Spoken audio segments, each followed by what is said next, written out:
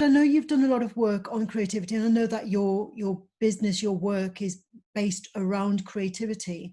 And I've been running these conferences over the past 4 years, and there's a lot of different discourses that have taken place regarding, various people's approach to creativity. Because as you can imagine, artists have a very different approach to creativity compared with business people, Of compared with course. academics. So let me begin by, first of all, asking you, what, in a nutshell, how do you define creativity? What is creativity to you, apart from it being new ideas? I have a very pragmatic approach to creativity. I'm a scientist and engineer by training. So I like definitions, I like processes. The muse never visits me overnight, so I don't have this magical connection with creativity. I'm very much process driven. I have a simple definition of creativity, which is the generation of ideas that are both novel and useful. We're all inherently exceptionally good at generating useful ideas, and we're really quick, kind of very much a left brain process. Generating novelty means forming a new connection in your brain, which is slow to generate. So if you ask someone to generate an idea that's novel and useful, they will very quickly give you a useful idea, which traps them in more of the same thinking. They then find it remarkably difficult to generate novelty.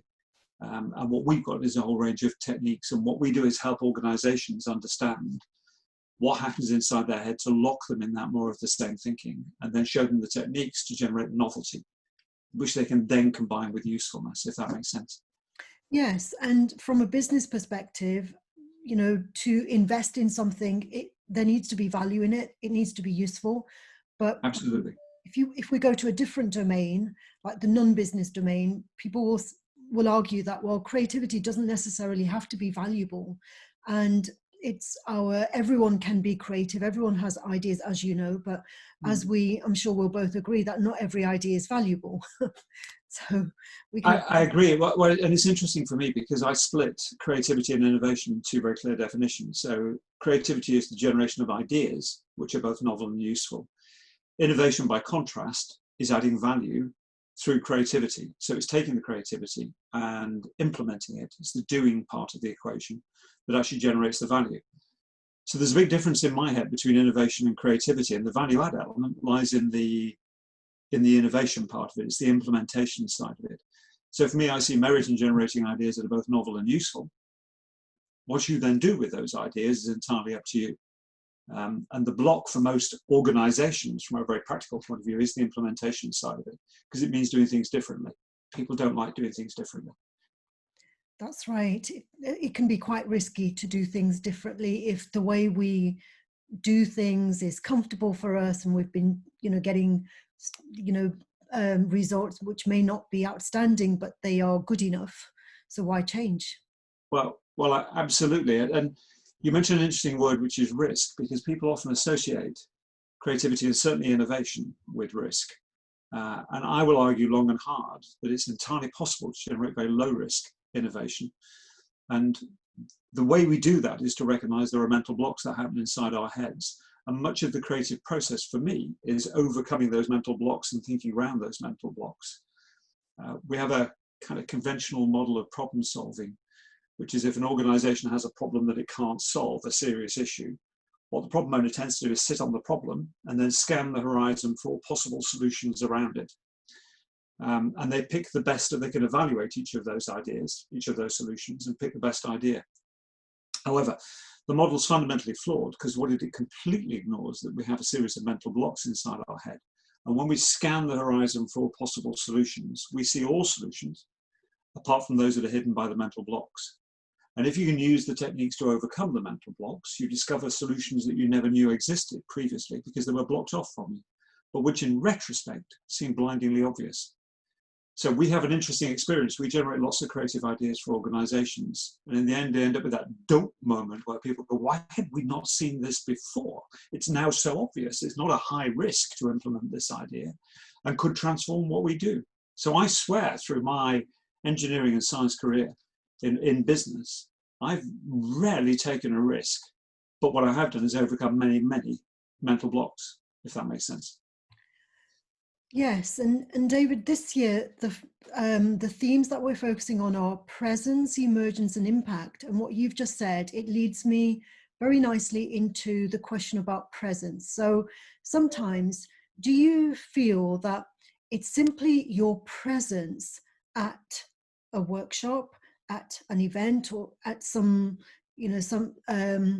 some form of education that you're organizing, simply the presence of somebody who thinks in the way that you do, does that in itself lead to people thinking differently?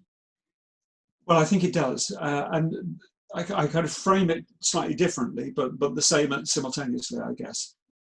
The key presence for me is the creative facilitator. Because the creative facilitator needs to be the guardian of the processes that will transform the way that people think.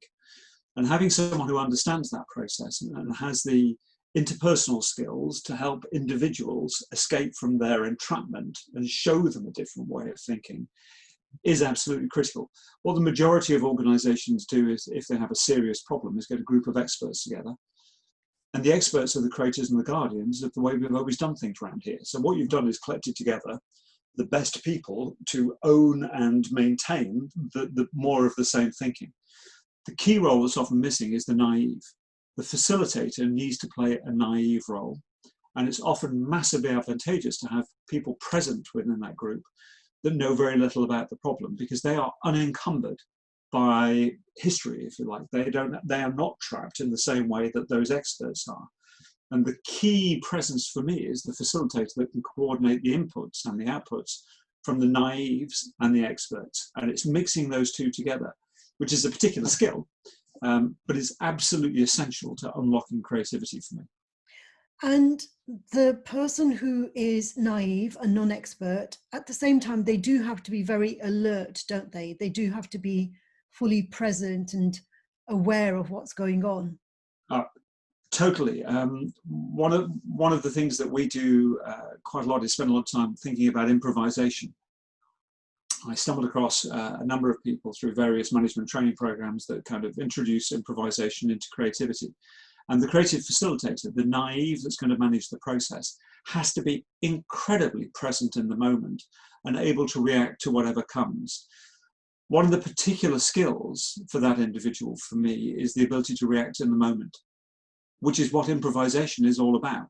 What you cannot do is prepare beforehand, which tends to freak out a lot of experienced facilitators, because they sit there the night before and say, I'm facilitating a session, this is the way it's going to go.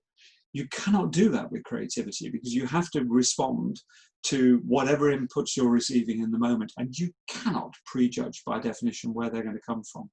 Absolutely. So that reacting in the moment, that yes and mentality, rather than the no but, which tends to drag everyone down. If people deviate from your plan, you drag it back to more of the same.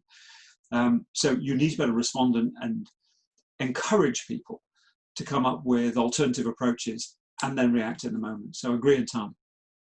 Yes, and I suppose the more that an event is planned, the less there is room for emergence of novelty, because emergence is the unplanned, isn't it? Emergence is what we didn't foresee. Absolutely, absolutely. And that takes me back to the improvisation element. You cannot plan an improvised interaction. If you watch the Whose Line Is It Anyway or any of those improv shows that are around the place now, there is no planning for those whatsoever. You cannot plan for them. You have to, the magic happens in the moment, and you have no idea what's going to happen beforehand. I work with a lot of organizations who tend to think that the managers in the organization are the obvious people to play that facilitation role, that naive role. They can't, because they're not naive. They're far too opinionated. And they get freaked out by the idea that they cannot respond in that moment, because they are so used to taking control and stifling the thinking to align with the way we've always done things around here. And to me, complete antithesis of what you're looking for in creativity. And I suppose that the education process, it trains us to be overplanned, doesn't it? Absolutely. And that planning, for me, one of the key blocks that we all suffer from, and I spend a lot of time helping organizations understand, is that we as human beings are experts in pattern matching. What we tend to do is make sense of the world around us via patterns. And in any organization, any context, the experts in the organization tend to have a very strong pattern of how we do things around here. Those patterns start to form at an early age through the schooling process, quite frankly. I mean, you'll be aware the Torrance test for creativity shows that at the age of 4, more than 98% of children are deemed as genius level in creativity. That falls to 34% at the age of 10. That's the effect of parenting and schooling on our children's creativity. And then at the age of 17, it's down to 11% and drops off a cliff thereafter. And what you're seeing there is the formation of patterns that are built up over time. What the school is doing is educating the child and forming patterns inside their brain, which then regulate their thinking in line with those patterns. The reason a 4-year-old is so creative is they don't have the patterns yet. You get to my age, at the other end of the age scale, crikey, I've got patterns for everything. So you give me a problem, I've probably seen something like it before, and I'll try and persuade you it's identical to what I've seen before, because then I can answer your problem for you just like that, because that's how good I am. And experts need to get over that, because you cannot behave that way if you're looking to encourage creativity. Yeah. As a teacher, I was very often, when I was consulting, I was an education consultant, and people would want to have trainings on how to do an outstanding lesson. Well, an outstanding lesson is usually, it's emergent, and yeah. So absolutely, you've got to react in that moment. Yeah, brings it all to life. And when you work with organizations, I'm sure that sometimes they probably have outcomes that they want you to deliver on, targets and goals. And how do you balance that, trying to meet the targets set for you by the organization and having this emergent, this process of allowing emergence? Well, it's curious, actually, because what I do is spend a lot of time with organizations on the formation of the problem definition, because we're lousy at defining problems in the first place, actually. And if I talk to organizations about what they're looking for, they kind of stare up in the sky and go, well, what are we looking for? We want to increase profitability. They give you very woolly definitions of problem statements, often broadly consistent with the world in which they're trapped. So what they're saying basically is, here we are in our here and now, and I wish we were in a better version of that world. So they take that world and say, I'd like to move to a better place, please, which is an incremental improvement statement. And creativity for me isn't about incremental improvement, it's about step function change. It's about saying, forget the world in which you're trapped completely. Let's go in pursuit of a parallel universe where there's a world where things are done very differently. If your problem statement is constrained to conform to the world in which you're trapped, then you will solve the problem on the basis of the world in which you're trapped. So we need a different type of problem statement. And what I push for is for organizations to identify what they would wish as an outcome of solving the problem in a perfect world, unconstrained by any reality whatsoever. And organizations struggle with it because they're so used to basing all their problem definition on the here and now. And it massively limits the way they set that definition, and what they're doing is dragging it down. What they also tend to do is to smuggle preferred solutions into their problem statement. So not only will they tell you what their challenge is and what the outcome is they're looking for, but they'll also tell you and sneak it into the problem definition that they'd like to do it using this mechanism that has failed time and time again in the past. So I'd like to use marketing I'd like to get marketing to enhance sales. Well, if marketing haven't been enhancing sales, maybe you need a completely different approach to solve it. Don't tell me how to solve it. Tell me what it is you would wish for as an outcome. And don't constrain it by the world in which you're trapped. So don't set your target here, set your target right up here. And strangely, if you define that outcome correctly, it should be seen as impossible to achieve from the perspective of the world in which you're trapped. So my observation is that organizations are very poor at problem statements. They tend to use incremental words. If ever you see the word increase and enhance, if you want more of something, if you any of these relative words point at continuous improvement. And if you have a continuous improvement problem statement, it will give you continuous improvement, which is incremental improvement. That is not transformation. That is not innovation. And creativity is the driver of innovation, if that makes sense again. Yeah. And, there are two approaches to creativity. Some want to follow that incremental continuous improvement approach because that is less risky. And others prefer a more radical approach and transformation, which can entail a huge amount of risk. But what you were saying is it relates to scenario planning. Like some companies like to use scenario planning, like thinking about the best case scenario, the worst case scenario, and then lots of scenarios in between.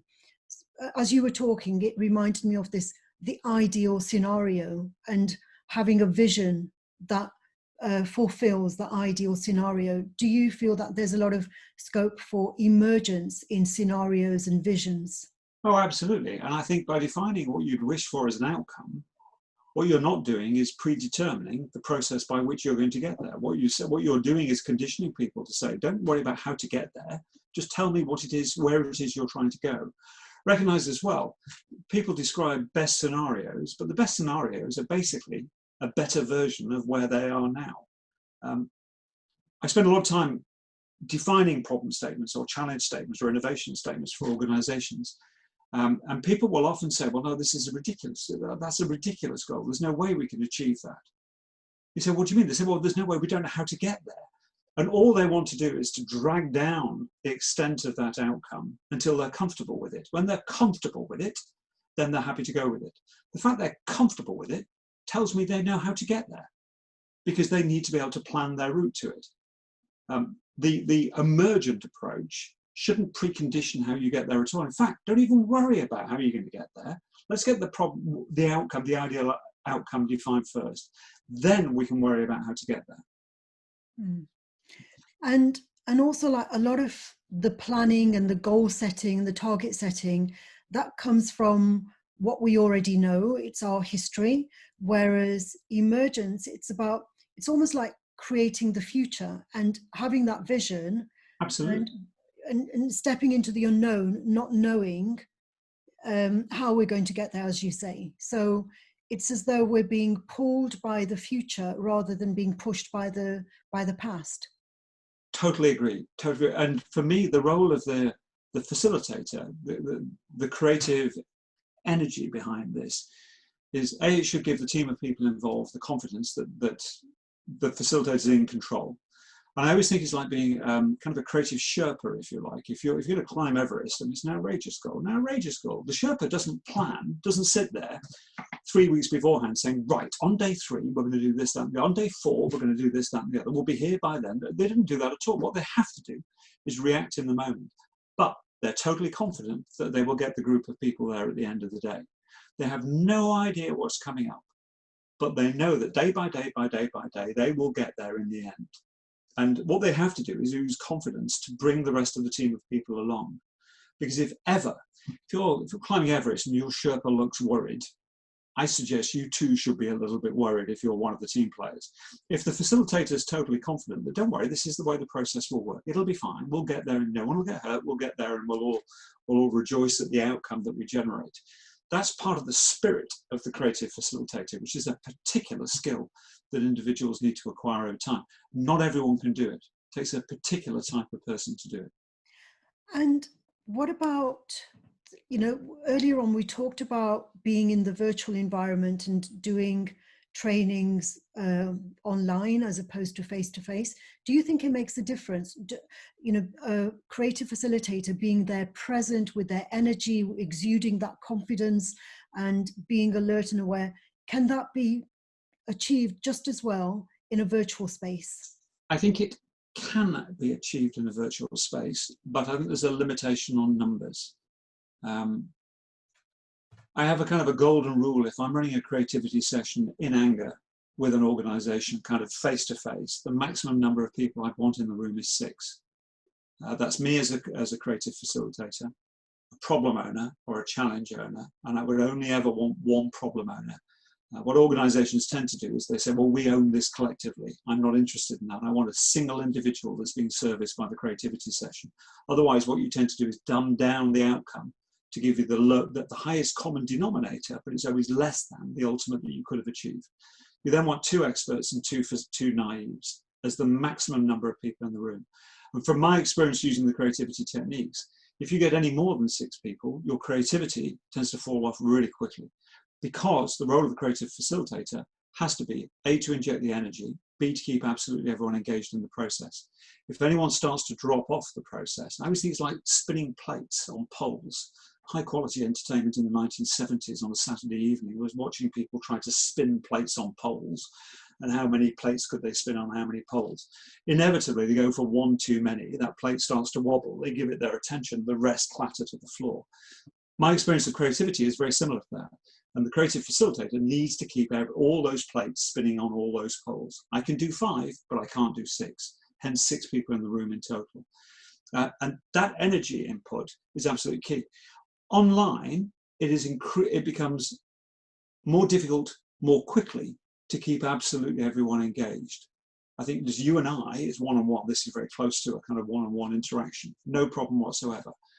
My experience is that I, as a facilitator, can just about keep 3 people engaged online if I'm doing a focused facilitation exercise on creative problem solving. I want a problem owner, someone who knows something about the problem, someone, call them an expert, someone who knows relatively little about the problem, let's call them naive, me as the facilitator. I reckon I can keep 3 people totally engaged. And you have, actually, I would argue, a far more intense and potentially productive session online than you would necessarily have if you were doing it in the flesh, because it is so focused with that smaller group of people, is my experience. Right. And then moving on to the thing about impact, you know, as we've said, emergence is very often unplanned, unforeseen, and the impact is not always positive. It can have a negative impact as well. That's where the risk factors come in. So how do we manage the impact of emergent features or emergent issues that arise that were not planned and they have an adverse impact?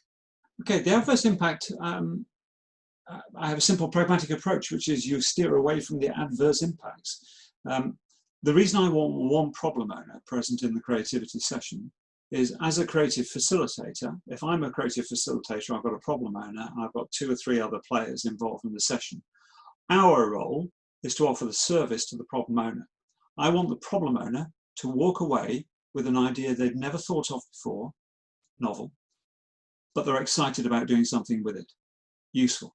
So they can see how to make that novel idea actually work in practice. And what's more, they're excited about getting there and doing it, because for goodness sake, this is something they've never thought of before. But you know what, this could work. So constantly in the creative process, my point of reference is the problem owner. And again, you cannot plan for this. It has to be emergent. So the creative facilitator is constantly got at least one eye on the problem owner.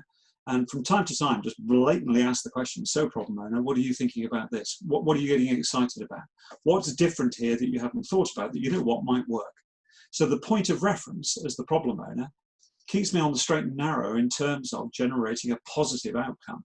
If there's a negative outcome and the problem owner isn't interested, why would I be interested? If the problem owner walks out and says, well, that was an interesting idea, but it's never going to work, it's detrimental to the organization, well, I failed. So I'd make sure that all I do is I have to respond as a facilitator to the steer given by the problem owner in terms of when we're into hot, positive territory rather than cold, negative territory. Does that make sense? Yeah. Yes, it does. And as you were talking, I was just thinking about your background being a scientist. And I was just wondering about like the emergence of your career path. You know, it's maybe like when you left school, you weren't planning on what you're doing right now, right? Well, worlds apart. And if ever a career was emergent, my career has been emergent, because I started off, I did a PhD, I was a metallurgist, found that science wasn't really for me because it wasn't getting the application in the real world. So I went to work for a scientific instrumentation company, designing electron microscopes, got far more excited about the struggling in production with building the instruments that I was designing. So I moved into manufacturing, which I'd never expected at all. Then went into oil and gas, then went into contract. I ran the drug testing laboratory for British horse racing. I have no forensic science background whatsoever in my career. So I have been absolutely emergent in the opportunities that popped up. And part of the test for me was, is this going to be interesting and is it going to challenge my thinking? And if you go, yeah, well, this is completely different, you go, bring it on, let's do it. Yeah. And it's that challenge and looking for different things. There is not a single constant that runs through that career, apart from wanting to do something different. Yeah, and so this is again like an important application, because a lot of career advisors would advise people to have a linear trajectory, you know, like you do this qualification, then you go into that role, and then you go for that promotion. Whereas, you know, in my experience as an educator, I don't see enough. I do see some, but not enough people advising on emergent careers, responding to what's available and to the opportunities as they present themselves. I agree entirely, and I think the world is changing. I think if I go back to when I was getting career advice, which will have been, damn it, in the mid-70s, I suppose, the world was different then, because careers, you move into an industry, you could stay in that industry, you'd stay with a company, for goodness sake, for the rest of your career. My father certainly did that. Not anymore. People are having to put their careers together in a very, very different way, and the education system needs to reflect that. And I think the advice that young people are given with regard to their career development needs to recognise that. The only reason I'm doing what I'm doing is I missed a management buyout at my last place, and under the heading of damn it, I thought, damn it, I'm not getting any younger. If ever I want to do my own thing, now's the time to do it. What can I do? What excites me? Well, I'll tell you what excites me: creativity. So I set up the organisation, the Idea Centre, based entirely on that. It was that moment of missing a management buyout opportunity, thinking, damn it, I'll go do my own thing. And the pandemic has, in a way, it's forced so many of us to be creative, even if we weren't already, because we've had to think differently. Like, in fact, I've seen all these reports about factories that were producing, you know, clothes, and they stopped producing masks instead because the clothes aren't selling. And, you know, that requires creative thinking and responding. Absolutely. Yeah. We spend a lot of time with the creative techniques trying to jumble up the thinking and destroy the patterns, because the patterns that lock people in more of the same thinking are a great asset if what you want is stability. But if you want to think differently, you need to forget the patterns and create new patterns. What the pandemic has done to single stroke is destroy all the patterns for virtually every organization across the world, because whatever they were doing before, they cannot be doing tomorrow. So there was there has been an extended period of time where organizations have had no choice. You can forget the way it used to be. What worries me now is the expression getting back to normal, because the expression getting back to normal means forget all the new stuff we've done. Let's go back to how it was before, when we were a lot more comfortable. The reason you were a lot more comfortable because you had ingrained patterns and everyone knew how to do things. The magic is having to invent and create the future on a day-by-day basis. That is such a strength in an agile organization. Some will do fantastically well on the back of it. Others are really going to struggle. Yeah, and those who are waiting for things to get back to normal, they definitely will struggle. You know, Absolutely. They're unlikely Absolutely. to survive if they're just waiting for things to get back to normal. Yeah, absolutely. There's it's interesting as well, because I'm doing a lot of work with organizations just now during lockdown. Organizations that are recognizing the value of the new thinking and not wanting to lose it post-lockdown as they come out of lockdown. The slight warning signal that kind of goes off in the head is what you're doing is saying, well, take all the new stuff that's happened in lockdown and we will ingrain it and we'll kind of embed it inside the organization so that everyone gets locked in the new thinking that was emerged on the fly very quickly in a panic situation over the last 6 months. And actually, a learning organization should be saying, well, we've managed our way through it, but what could we be doing that's better? Let's do more. That was done on the fly very quickly. Now, let's really focus hard on making sure we embed that new thinking in the organization. It's that agility, which is absolutely key. Absolutely. Great. Excellent. Well, thank you very much, David. I've really enjoyed my conversation with you, and I hope that we'll have another opportunity to engage in a creative conversation again. Excellent. It's been a pleasure. A pleasure. Thank you very much. Bye. All right. Bye-bye.